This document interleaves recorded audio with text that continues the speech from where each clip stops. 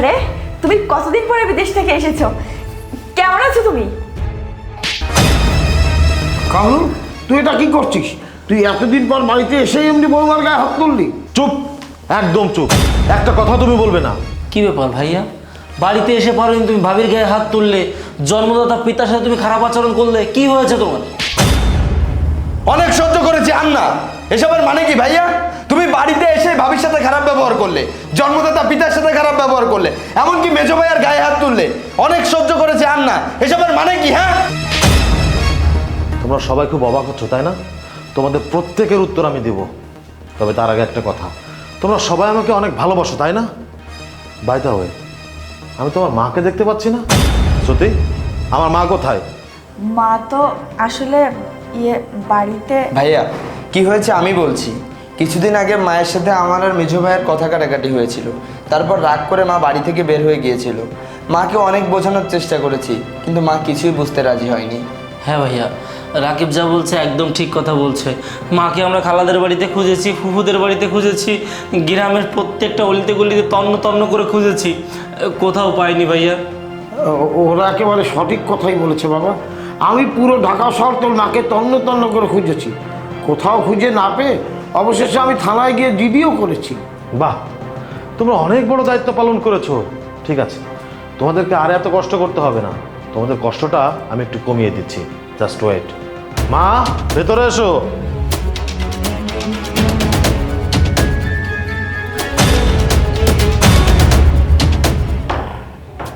কি দেখো তো, এই সেই মানুষটা না যাকে তোমরা অনেক জায়গায় খুঁজেছো কিন্তু খুঁজে পাওনি?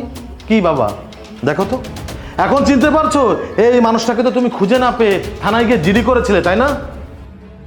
কি ব্যাপার, তোমরা কেউ কোনো কথা বলছো না কেন? আমার মা কেন রাস্তায় রাস্তায় ভিক্ষা করছে? তোমরা কার বাড়িতে দাঁড়িয়ে আছো?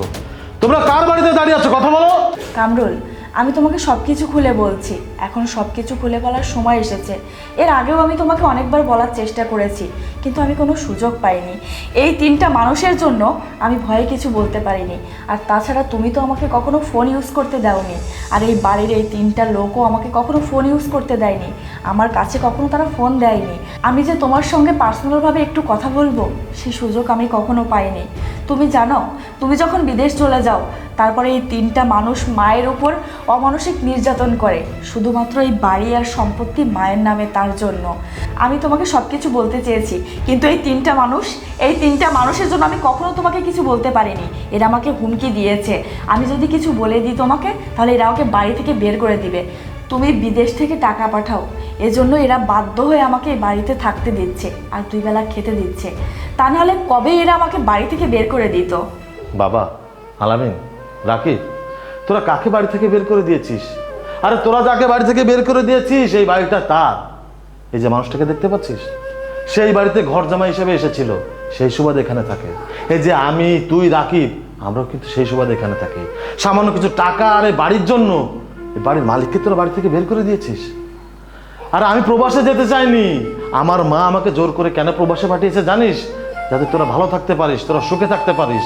আরে আমি প্রবাসের মাটিতে দিনরাত কঠোর পরিশ্রম করে তোদের জন্য টাকা পাঠিয়েছি। বিনিময়ে আমি কি চেয়েছিলাম? তোদের কাছে তো কখনো কিছু চাইনি। ছোট্ট একটা জিনিস চেয়েছিলাম, যে আমার মাটা যেন একটু ভালো থাকে, আমার মা যেন একটু সুখে থাকে। আমার এত কষ্টের প্রতিদান তোরা আমাকে এভাবে দিলি? আরে তোরা তো মানুষ না, তোরা তো অমানুষ। আরে যে মানুষটার এই বাড়িতে রাজরানী হয়ে থাকার কথা, সেই মানুষটা কেন রাস্তায় দাঁড়িয়ে ভিক্ষা করছে? এসব দেখার আগে আমার মরণ হলো না কেন? আমি কখনোই কিছু জানতে পারিনি। তোরা সবসময় আমার কাছ থেকে সবকিছু লুকিয়েছিস। আমি যখনই তোদের কাছে জানতে চেয়েছি যে আমার মা কেমন আছে, তোরা বলেছিস আমার মা ঘুমিয়ে আছে, নাহলে কোথাও বেড়াতে গিয়েছে। তোরা আমার বউটাকে পর্যন্ত বাধ্য করেছিস যাতে আমার কাছ থেকে সবকিছু লুকায়। আমি সবকিছু বুঝতে পেরেছি। তোরা এক্ষুনি আমার মায়ের বাড়ি থেকে বের হয়ে যাবি। বের হয়ে যা বলছি। বাবা, তুই এ কি বলছিস? আমি এই বাড়ির সবাইকে নিয়ে সুখে থাকতে চাই, শান্তিতে থাকতে চাই। এদের সবাইকে যদি তুই বের করে দিস, তা আমি কাকে নিয়ে সুখে থাকবো? আমি এই বাড়ি একা একা সুখে থাকতে চাই না। আমি এদের সবাইকে নিয়ে সুখে থাকতে চাই, ভালো থাকতে চাই। দেখ মায়ের ভালোবাসা কাকে বলে দেখ। তোরা যে মাকে বাড়ি থেকে ঘাড় ধাক্কা দিয়ে বের করে দিয়েছিস, সেই মা এখন নিজের মুখে বলছে যে তোদেরকে ছাড়া সে সুখে থাকতে পারবে না। আরে আরে মা তো আমাদের নিজেদের মা না, আমাদের সৎ মা। তাই তো তোরা মায়ের সাথে এমন ব্যবহার করতে পেরেছিস। কিন্তু এই এই মাটা একটাবারের জন্য আমাদেরকে সৎ সন্তান মনে করেনি, সবসময় নিজের সন্তান মনে করে লালন পালন করেছে, মানুষের মতো মানুষ করেছে আমাদেরকে। বাবা, তুমি কেন চুপ করে দাঁড়িয়ে আছো?